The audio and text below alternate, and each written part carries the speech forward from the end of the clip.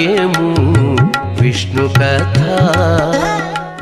శ్రీమౌద్గల్య శ్రీవత్సగోత్రజాతౌ శ్రీ అప్పలార్య రత్నమార్యతనూభవౌ ద్వౌ శ్రీమచ్చటారిచరణాంబుజంచరీకౌ శ్రీరంగరామానుజదేశికౌ స్తుమః. మద్రక్షణైకదీక్ష శ్రీవైదేహీ రామభద్రయోః పదద్వయీ ప్రవచనే వాచస్పత్యం ప్రయచ్చతు. విచిత్రవాణీ విన్యాసధన్యోపన్యాస వైభవం వర్ధయత్వనిశం సీతారామపాదయుగే మమ.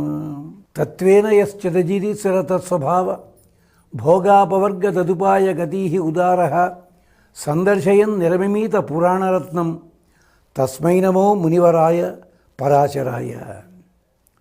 భగవద్బంధులరా, పరాశర మహర్షి మైత్రేయుడికి వేదములన్నీ ఎలా విభాగించబడ్డాయి, వేదాలని విభాగించడంలో వ్యాసుని పాత్ర ఎంతవరకు ఉంది, ఇలా విభాగించేటప్పుడు ఆచార్యునికి శిష్యునికి ఎక్కడైనా కాస్త సంబంధాలు అటు ఇటు అయినప్పుడు వేదశాఖలన్నీ ఎలా మారాయి, ఇదంతా చెప్పుకుంటూ వచ్చారు. అందుకనే వేదం చెప్తుంది, సహనావతు సహనౌ భునక్తు సహవీర్యం కరవావహే అన్న చోట మన ఇద్దరికీ కూడా ఏ రకమైన విరోధము రాకుండా ఉండుగాక, నీవు నాకు అనుసంధింపజేసేది, నేను అనుసంధానం చేసుకునేది, ఈ విద్య బలవత్తరమగుగాక, మన ఇద్దరి మధ్య ఏమీ ఇబ్బందులు లేకుండా ఉండుగాక, విద్య ప్రమాదంలో పడకుండా ఉండుగాక అంటూ ఆ ప్రార్థన చేసుకోవడంలో శాంతి పాఠంలో అంతరార్థం అది. సరే, ఇక సామవేద సంహిత ఎలా విభాగించాడో అది చెప్తూ వస్తున్నాడు. జైమినికి అప్పచెప్పాడు సామవేదాన్ని. ఇక జైమిని తన శిష్య ప్రశిష్యుల ద్వారా, అంటే సుమంతుడున్నాడు, సుత్వానుడున్నాడు, సుకర్మ, హిరణ్యనాభుడు, పౌష్పింజి, దేవశర్మ, వజ్జ, ఇలాంటి వాళ్ళందరూ వీళ్ళు సామవేదాన్ని అధర్వణ వేదాన్ని కూడా విభాగించారు. శాఖోపశాఖలయ్యింది. అంటే సంహితా భాగమని, శాంతి కల్పమని ఇలాంటివన్నీ కూడా అధర్వణ వేదానికి. సామవేదం అంతా కూడా వేద మంత్రముల గాన ప్రాశస్త్యాన్ని చెప్పేవి. సామవేదం నుంచే సంగీతం వచ్చింది. అధర్వణ వేదం దేనికోసము? శాంతి, పుష్టి, అభిచార కర్మలు. అంటే మనం చేస్తున్న అనుసంధానం అంతా కూడా మనకి క్షేమాన్ని కలిగించాలి, శాంతి, మనకి మంచి ఫలితాలు ఇచ్చి బలాన్ని కలిగించాలి, పుష్టి. తర్వాత మనకి ఏమన్నా కార్యక్రమాలు చేస్తూ ఉంటే మనకి ప్రమాదాలు వస్తుంటాయి. అలాంటి ప్రమాదాల నుంచి తప్పించుకోవడానికి, అంటే ప్రమాదాలు మనకు అంటకుండా ఉండడానికి వీలుగా అభిచార కర్మలు, అంటే వాటిని దూరంగా తోసివేయడానికి, ఇలాంటివన్నీ కూడా. ఇలాంటి విభాగాలతో అధర్వణ వేదం చాలా అందంగా ప్రాశస్త్యంలోకి వచ్చింది. ఇక వ్యాసుడు చేసిన పని ఏమిటంటే పురాణములు, తర్వాత భారతము, ఇలాంటివన్నీ మనకి అందించిన మహానుభావుడు ఆయన. అక్కడంటాడు ఒక మాట, ఆఖ్యానైశ్చాపి ఉపాఖ్యానై గాథాభి కల్పశుద్ధిభి పురాణ సంహితాం చక్రే. వ్యాసుడు పురాణములంటే ఒట్టి కథలా చెప్పుకోలేదు, దాంట్లో కొన్ని విభాగాలు చెప్పాడు. ఆఖ్యానములని, ఉపాఖ్యానములని, గాథలని, కల్పశుద్ధి అని. ఆఖ్యానం అంటే అర్థం ఏమిటంటే పెద్దలు ఎవళ్ళో స్వయంగా అప్పుడు ఉన్నారు అక్కడ సాక్షులుగా, వాళ్ళు చూచారు, చూచి తర్వాత వాళ్ళకి చెప్పారు. అంచేత మనం పురాణాల్లో చూడండి, భీష్మ ఉవాచ, గాంగేయ ఉవాచ, లేకపోతే ఎవరో వజ్ర ఉవాచ, ఇలా ఉంటుంటుంది. అలాగే కృష్ణ ఉవాచ, భగవాన్ ఉవాచ. ఏమిటి ఉవాచ అంటే వాళ్ళక్కడ ప్రత్యక్షంగా ఉండి చూసి చెప్పే వాటి కోసం ఆఖ్యాయికలు, ఆఖ్యానములు. ఉపాఖ్యానములు అంటారు. ఉపాఖ్యానం అంటే ఎక్కడో ఎవళ్ళు చెప్పగా వీళ్ళు విని పక్క వాళ్ళకి చెప్తారు. అంటే ఇప్పుడు భీష్ముడు ఏమైనా కథ చెప్తున్నాడు అనుకోండి, ఆ కథ లోపల భీష్ముడు సాక్షిగా ఉండాల్సిన అవసరం లేదు. ఎక్కడో సందర్భంలో ఎవళ్ళో చెప్పగా విన్నారు, వెంటనే చెప్తారు. లేదు, భీష్ముడే ఆఖ్యానం కూడా చెప్పచ్చు. అంటే ఓ కథాభాగంలో భీష్ముడు అక్కడ ఉన్నాడు, అన్నీ చూచాడు, చూచి నేను ఇలా చూచానయ్యా అని చెప్పాడు. అంటే ఆఖ్యానం అంటే చూచి చెప్పింది, ఉపాఖ్యానం అంటే విని చెప్పింది. ఇక తరువాతది గాథలు. ఈ గాథలు ఎప్పుడు జరిగాయో ఏనాడయ్యాయో మనకేం తెలియదు. జనశ్రుతి లోపల వస్తుంటాయి. అంటే అలా కాలం గడవ అది కాస్త ఆఖ్యానము కాదు, ఉపాఖ్యానము కాదు. ఎవళ్ళు ఎక్కడ ఎందుకు చెప్పారో ఎవరికీ తెలియదు, కానీ ప్రాచుర్యంలో ఉంటుంది. వీటి పేరు గాథ. వీటిని అంటారు ఇంగ్లీష్లోనూ బ్యాలెడ్స్ అంటారు. మన వాళ్ళు పాటలు పాడుకునే ఉంటాయే, అత్తలేని కోడలు తమురాలు. ఎందుకు వచ్చింది ఆ పదము ఎవ్వడికి తెలియదు. ఏనాడో ఏర్పడింది అది, అది నడుస్తోందనమాట. ఇలాంటివన్నీ కూడా ఏమంటారు? వీటిని గాథలు అంటారు. ఇక తర్వాత కల్పశుద్ధి. కల్పశుద్ధి అంటే ఏమిటి? మనం నిత్య పూజలు ఎలా చేసుకోవాలి, ఏదో కార్యక్రమాలు ఎలా చేయాలి, గృహములను ఎలా నిర్మించుకోవాలి, మరొకటేదో అంటే పూర్వ అపర కర్మలు ఇవన్నీ ఎలా చేయాలో ఇదంతా చెప్పేది కల్పశుద్ధి అంటారు. అంటే పితృకల్పమని మంత్రకల్పమని రెండు భాగాలున్నాయి. అంచేత మనకు ఒక వాక్యం చెప్పుకున్నాము, ఏకపది. అది మొట్టమొదటి ఓంకారమే. అది కాస్త రెండయింది, ద్విపది. ఏమైంది ద్విపది అనేసరికి? అంటే భువః సువః రెండయింది. అక్కడి నుంచి చతుష్పది అంటే ఋక్ యజు సామ అథర్వణ వేదములోకి అలా మారింది నాలుగుకి. అక్కడి నుంచి అష్టాపది నవపది బభూషి అనేసరికి 6 వేదాంగములు అయ్యాయి. పురాణం అయ్యింది, ధర్మశాస్త్రం అయ్యింది, ఉపవేదాలు అయ్యాయి, ఉపాంగములు అయ్యాయి. ఇలా కొన్ని వేల శాఖలుగా విస్తరించింది మన భారతీయ సాంప్రదాయంలో ఉన్న సాహిత్యం అన్నమాట. అంచేతనే 18 పురాణములు మనకి తయారు చేసి పెట్టారు. భ్రత్రయం అంటూ ఓ శ్లోకం చెప్తారు అక్కడ. అంటే బ్రహ్మాండ పురాణము, బ్రహ్మ పురాణము, బ్రహ్మవైవర్తము, గరుడ పురాణము, పద్మ పురాణము, స్కాందము, మరొకటి, ఇలా 18 పురాణాలు. 18 పురాణాల్లో కూడా ఆఖ్యాయికలు ఉంటాయి, ఉపాఖ్యానములు ఉంటాయి. ఓ తోట ప్రధానంగా భీష్ముడేవుడిని మొత్తం కథంతా నడిపిస్తాడు, ఓ తోట వేరే పక్షులతో కథ నడిపిస్తాడు, ఓ తోట ఇంకొకటి ఉంటుంది. ఇలాగ ఆఖ్యానములు, ఉపాఖ్యానములు, కల్పములు. ఈ పురాణాల్లో పేరు చూసి అగ్ని పురాణం అంటే అగ్నే ప్రధానమని చెప్పాడు అని అనుకుంటాం, కానీ అగ్ని పురాణంలో రకరకాలు చెప్తారు. లేదా విష్ణు ధర్మోత్తరం ఉందనుకోండి, దాంట్లో చిత్రసూత్ర ప్రకరణము అంటే అర్థం ఏమిటి? నాట్యం చెప్తాడు, పెయింటింగ్ గురించి చెప్తాడు, మరోటి గజ చికిత్స, అశ్వ చికిత్స, ఏదో వ్రతాల పేర్లు, ఋషుల వ్రతాలు ఉంటాయి. ఇవన్నీ అంటే రకరకాల విశేషాలన్నీ ఉంటాయి దాంట్లోనూ. అలాగా పురాణములన్నీ నిబంధించారు. 14 మనకి విద్యలు అంటే వేదాలు 4, వేదాంగాలు 6, మీమాంస, తర్కము, పురాణము, ధర్మశాస్త్రం ఇవన్నీ కలిపితే వచ్చేది 14 విద్యలు అంటారు. అలాగే వేదంలో 32 బ్రహ్మ విద్యలు. ఇలా ఇన్ని రూపాల్లో మారింది. వీటన్నిటిలోకి కూడా ప్రధానంగా చెప్పేది విష్ణుడే ప్రథముడు, విష్ణువే ప్రథముడు అని చెప్తారు అక్కడ. అంటే సర్గమని, ప్రతిసర్గమని, వంశము, మన్వంతరము, వంశానుచరితము, పురాణం, పంచలక్షణమని చెప్పి మన తెలుగు వాళ్ళు సంస్కృతంలో ఉన్న పదాలు చాలా తెలుగులోకి వస్తాయి కనుక చమత్కారాలు కూడా చాలా గొప్పగా చేస్తుంటారు. ఈ పురాణం పంచలక్షణం అన్నది కూడా అలాంటి చమత్కారమే. ఒక సంస్కృతం లెక్చరర్ గారు ఆ రోజుల్లో పంచా కండువాతోటే వెళ్ళేవారు వాళ్ళు. ఆ పంచె చిరిగిపోయిందిట. చిరిగిపోయింటే శిష్యుడు చూసి, గురువుగారు మీ పంచె చిరిగిపోయింది అన్నట్ట. అంటే ఆయన ఏమన్నాడో తెలుసా? పురాణం పంచలక్షణం అన్నట్ట. అంటే ఈ పంచె చాలా పాతదిరా, పురాణమైనది, చిరగడం దాని లక్షణం అన్నట్ట పాపం. అంటే ఇక్కడ పురాణం పంచలక్షణం అంటే ఆయన సరదాకి చెప్పారు. పురాణానికి 5 లక్షణాలు ఉంటాయన్నారు. ఏమేమిటి ఉండాలి పురాణం అంటేను? అంటే అక్కడ సర్గము, ప్రతిసర్గము, వంశము, మన్వంతరము, వంశానుచరితము, ఈ 5 విశేషాలు చెప్పాలి. మళ్ళీ మహాపురాణానికి ఓ 10 లక్షణాలు చెప్పారు. అది ఆ సందర్భంలో మాట్లాడుకుందాం. మొట్టమొదటగా సర్గము అంటే అర్థం ఏమిటి? సృష్టి. భగవంతుడి నుంచి సృష్టి ఎలా ప్రారంభమైంది? ఏ పురాణం చెప్పినా ఈ సృష్టి యావత్తు కూడా శ్రీ మహావిష్ణువు, శ్రీమన్నారాయణ నుంచే ప్రారంభమయ్యింది. ఇదే ప్రధానంగా చెప్తుంది. కానీ కొన్ని వేరే పురాణములు ఉంటాయి, అక్కడ ఉపచ్ఛంద వాక్యాలు అంటారు.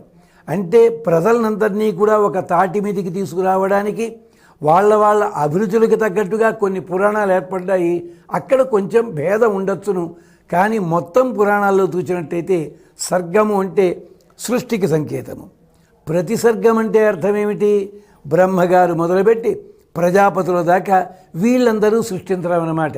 అంటే భగవంతుని సృష్టి మొదటిది, బ్రహ్మగారి సృష్టి రెండోది. ఇది ప్రతి సర్గము. వంశము అన్నారు. ప్రజాపతులు మొదలుపెట్టి మహారాజుల దాకా రకరకాల మనుషులు ఎలా పుట్టారు, దేశాలు ఎలా పరిపాలించారు, ఇదంతా చెప్తారు అక్కడ. ఇది వంశము. మన్వంతరము అంటే మనువులు ఉన్నారు కదా, ఆ మనువుల యొక్క చరిత్రలన్నీ చెప్పడము మన్వంతరము. వంశానుచరితము, ఈ వంశములన్నీ మొదలైన తరువాత ఆ తరువాతి వంశాలు ఏమయ్యాయి, ఆ తరువాతి వంశాలు ఎలా ఉన్నాయి, ఎవళ్ళు ఎక్కడితో తాగారు, ఎవరు ఎంతవరకు పరిపాలించారు, ఇదంతా చెప్తారు. ఇవన్నీ చెప్పి ప్రయోజనం ఏమిటంటారా? అంటే మన బ్రతుకు బాట లోపల ప్రాచీనులైన వాళ్ళు ఎన్ని రకాలుగా ప్రవర్తించారు, ఎవరెవరు ఎలా ప్రవర్తించినట్టయితే మనకి ఎలాంటి ఫలితాలు వచ్చాయి, మనము జీవనాన్ని సక్రమంగా చేసుకోవాలంటే ఎలా ఉండాలి చెప్పడానికి ఉపయోగిస్తాయి అవి. అంటే మనకి కథల రూపంలో ఉంటూ కూడా నీతిని బోధిస్తున్నాయి. ఇప్పుడు ఒక ప్రశ్న వేశారు, అయ్యా ఇన్ని వందల పుస్తకాలు వేల పుస్తకాలు పెట్టి మా నెత్తి మీద పడేసి ఇబ్బంది పెట్టాలా? వేదాలు 4 ఉన్నాయి, చదివితే సరిపోతుంది కదా, ప్రతిదీ వేదంలోంచే చూసుకుంటాం మేము. వేదాల తర్వాత వేదాంగాలు అన్నారు, 6 వచ్చాయి. ఏం ప్రయోజనము? వాటిని కూడా చూసుకుంటాం సరిపోతుంది. వేదాలు వేదాంగాలు, వేదాలు వేదాంగాలు ఉపనిషత్తులు ఉండగా మళ్ళీ ఇన్ని పురాణాలు రాయాలా, ఇన్ని చెయ్యాలా అని మనం అడుగుతుంటాం. దానికి సమాధానం 2 రకాలుగా చెప్పుకోవచ్చు. ఆధునిక పరిభాషలో చూడండి, మొత్తం భారతదేశంలో కొన్ని వందల కాలేజీలు ఉన్నాయి. అందరికీ కలిపి ఒకే పుస్తకం పెట్టచ్చు కదా, వీడి కంపెనీది వాడి కంపెనీది మరొకటి ఎందుకు అవసరమే ఉంది? లేదు, రామాయణం ఉందండి, రామాయణ ఉపన్యాసాలు చెప్తున్నారు, అందరికీ కలిపి ఒకటే పుస్తకం పెడితే పోలేదా? వీళ్ళ ఉపన్యాసాలు కొత్తగా ఎందుకు? కాదు, దేశము కాలము ప్రాంతాన్ని అనుసరించి అభిరుచులు మారతాయి, వాళ్ళ ఆలోచనలు మారతాయి. అంచేత వాళ్ళ ఆలోచనలను సక్రమంగా తిప్పాలంటే రకరకాల మార్గాలు అవసరమవుతాయి, అందుకోసం వచ్చాయి. అంటే ఏం జరుగుతోంది? ఎవడి మట్టికి వాడి తెలివితేటలతో మాట్లాడినట్టయితే అసలు విషయం దెబ్బతింటుంది. కాబట్టే వేదములు వేదాంగములు ఉపనిషత్తులు ఉండగా కూడా పురాణములు అవసరమయ్యాయి. చెప్తుంది మనకి, పురాణమే చెప్తుంది, బిభేతి అల్పశృతాత్ వేద. తక్కువ చదువుకున్నవాడు, చదువు తెలివితేటలు లేనివాడు వేదం చదివినప్పుడు ఆ వేదం భయపడుతుందిట. ఒరే బాబు, ఈ నన్ను పట్టుకుని వాడు అడ్డమైన అర్థాలు చెప్తాడో ఏమిటో. ఎంచేత మనకు కొన్ని పదాలు ఉంటాయి, లోకా సమస్తా సుఖినో భవంతు, సర్వే జనా సుఖినో భవంతు, ఇలాంటి పదాలు ఉన్నాయనుకోండి. ఆ పదములన్నిటినీ ఒకప్పుడు అందరూ కూడా అదే పద్ధతిలో పలికారు. సత్యం వద, ధర్మం చర, ఇలా ఉండేవి. ఇప్పుడు తెలివితేటలు ఎక్కువైపోయి అక్షరాలు మార్చేసి పదాలను ముందు వెనక చేసేసి మేమేదో కొత్తగా చెప్తున్నాము. దానివల్ల ఏమైంది? ఆధునిక యుగంలో ఉన్నవాడు వేదమే తప్పు, ఇక్కడ వీడు మాట్లాడితే కరెక్ట్ అనుకుంటాడనమాట. అంటే బిభేతి అల్పశృతాత్ వేద మాం అయం ప్రతిష్యతి, వీడు నన్ను నాశనం చేస్తాడు, మోసం చేస్తాడు అని భయపడుతుండట వేదము. ఉదాహరణకి వేదంలో ఒక వాక్యం ఉంది, అక్షసూక్తము. ఎవడైతే పాచికలని ఆడేటప్పుడు డబ్బుని ప్రధానంగా పెడతాడో వాణ్ణి వాళ్ళందరూ తిడతారు, వాడి భార్యని రోడ్డు మీద గీడుస్తారు, జుట్టుబట్టు గీడుస్తారు, బంధువులంతా కాదంటారు. ఇది ఉంది వేదంలోను. సరిగ్గా ఇదే జరిగింది మహాభారతంలో. ధర్మరాజు పాచికలాడాడు, ఇబ్బంది పడ్డాడు. ఇది నియమం అన్నమాట. అంటే వేదములో చెప్పినవే ఇక్కడ చెప్పాలి, లేకపోతే వేదంలో అర్థాలని తారుమారు చేసేస్తారు జనాలంతా. ఇప్పటికే చాలా అలాంటివి చేసేసారు. అంచేత మన వాళ్ళు ఏం చేశారు? వేదం భయపడుతోందట, వీడు తప్పు చెప్పి నన్ను నాశనం చేస్తాడేమో అని. వేదంలో ఉన్న గాథలని ఇతిహాసముల ద్వారా పురాణముల ద్వారా వివరించాలి. అంటే ఇతిహాస పురాణాభ్యాం వేదం సమ్యక్ ఉపబృంహయేత్. అందుకని వేదములలో ఉన్న విశేషాలు చెప్పడానికే మనకి ఇతిహాసంలో రామాయణం, భారతం లోపల పురాణాల్లో భాగవతం, మార్కండేయ పురాణం, పద్మ, స్కాంద వీటన్నిటిలో కూడా చెప్పారు. ఇందుకోసం వచ్చాయి అవి పురాణములు. ఇవన్నీ కూడా ఆయా కాలముల కోసం వచ్చినవి. ఎలాగా అంటే సత్యము ధర్మము అని 2 ఉంటాయి. మనకి రూపాయి బిళ్ళకి 2 పక్కలు ఉంటాయి కదా. ఒక పక్కని 1 రూపాయి అని పేరు ఉంటుంది, రెండో పక్కనే ఉంటుంది 4 సింహాల బొమ్మ ఉంటుంది. మరి పావలా కాసు తీసుకోండి. పావలాకి ఒక పక్క 4 సింహాల బొమ్మ ఉంటుంది, రెండో పక్క 25 పైసలు, ఒక అర్ధ రూపాయి, 10 రూపాయల బిళ్ళ, 5 రూపాయలు ఏం తీసుకున్నా ఏమవుతుందన్నమాట? ఒక పక్క 4 సింహాల బొమ్మ అనేది అన్నిటికీ ఉంటుంది, రెండో పక్క ఏమవుతుంది? దాని విలువలో తేడా వస్తుంది. అంచేత సత్యం ఎప్పుడూ ఒకటే, ధర్మం మాత్రం కాలాన్ని బట్టి మారుతుంది. అంచేతే మన రూపాయి బిళ్ళల లోపల లేదా మనం వాడుకునే చిల్లర నాణేలలో ఒక పక్క 4 సింహాల బొమ్మ ఉండి రెండో పక్క విలువ ఉన్నట్టుగా 4 సింహాల బొమ్మ అన్నది సత్యము, ఎక్కడికి వెళ్ళినా అది మారదు, ఉండి తీరుతుంది. కానీ ఒక ప్రాంతంలో ఒక ధర్మం ఉంది, ఇంకో ప్రాంతంలో ఇంకో ధర్మం ఉంది, మరో ప్రాంతంలో మరోటి పాటిస్తున్నారు. దాంట్లో తప్పెక్కడుంటుంది? అంటే వారు ఆయా కాలములలో ఆయా దేశాలలో ఆ పద్ధతి పెట్టుకున్నారు. మనకెక్కడో ఆంధ్రదేశంలో మరో చోట మంగళసూత్ర ధారణ అని ఉంటుంది, మరో ప్రాంతంలో మంగళసూత్ర ధారణ లేదు, కేవలము వాళ్ళు 2 మాటలు అనుకోవడం, కాగితం మీద రాసుకుంటే పెళ్ళి అయినట్టు లెక్క వాళ్ళకి. అంటే రిజిస్ట్రేషన్ అని కాదు, ఇలాగా. అంటే అక్కడ పెళ్ళి అన్నది మాత్రం ఒకటే ఎక్కడ చూసినా కానీ పద్ధతులు మాత్రం తేడా వస్తున్నాయి. అందుకోసమని చెప్పి వేదములో చెప్పిన విశేషాలన్నిటినీ కూడా మనకి చెప్పడం కోసం పురాణములతోటి ఇతిహాసములతోటి చెప్పారు. విష్ణుతత్వాన్ని చెప్పారు. విష్ణువు యజ్ఞపురుషుడు, యజ్ఞము ద్వారా ఆరాధించడమే అంటూ మళ్ళీ ఒక సూక్ష్మమైన వాక్యంలో చెప్పారు. చతుర్భిశ్చ చతుర్భిశ్చ ద్వాభ్యాం పంచభిరేవ చ హూయతే చ పునర్ద్వాభ్యాం సమే విష్ణు ప్రసీదతు. ఆ విష్ణువు నన్ను అనుగ్రహించాలి. ఎలాగట? 4 అక్షరాలు, 4 అక్షరాలు, 2 అక్షరాలు, మళ్ళీ 5 అక్షరాలు, మళ్ళీ ఇంకో 2 అక్షరాలతోటి నన్ను నేను పూజ చేస్తా కదా, ఆయన నన్ను అనుగ్రహించాలి. ఏమిటిది? కోడ్ లాంగ్వేజ్లో ఉంది ఇదంతాను. అంటే 4, 4, 2, 4 ఇలా చెప్పడంలో ఏమిటి? యజ్ఞం చేసేటప్పుడు కొన్ని పద్ధతులు ఉంటాయి. పాలు పితుకుతాం ఆవు దగ్గరికి వెళ్ళి, ఆవు దగ్గరికి వెళ్ళి పితికేటప్పుడు ఆవుని తీసుకురావాలి, దూడని తీసుకురావాలి, పొదుగు కడగాలి, కడిగిన తర్వాత పాలు పితకాలి, పితికిన తర్వాత మళ్ళీ ఆవు గడ్డి వేయాలి, ఇవన్నీ ఉంటాయి. ఇలా ఒక్కొక్క దానికి ఒక్కొక్క వేదమంత్రం చెప్పారు. ఆ శ్రావయ అస్తు శ్రౌషటు యజ ఏ యజామహే వషటు, ఇవి మొత్తము 4, 4, 2, 4, 5 అంటే చెప్పడంలో ఉద్దేశం ఇది. అంటే ఒక మంత్రము చదువుతూ పాలని పితకడానికి ఉన్న చేతిలో ఉన్న గిన్నెని ఎత్తుకోవాలి, ఇంకో మంత్రం చదువుతూ ఆవుని దగ్గరికి పిలవాలి, ఇంకో మంత్రం చదువుతూ దోణ్ణి వదిలిపెట్టాలి. అంటే పరిగెట్టుకుని అలా ఉండరు, ఇక్కడ వేదమంత్ర పఠనం అవుతూనే ఉంటుంది.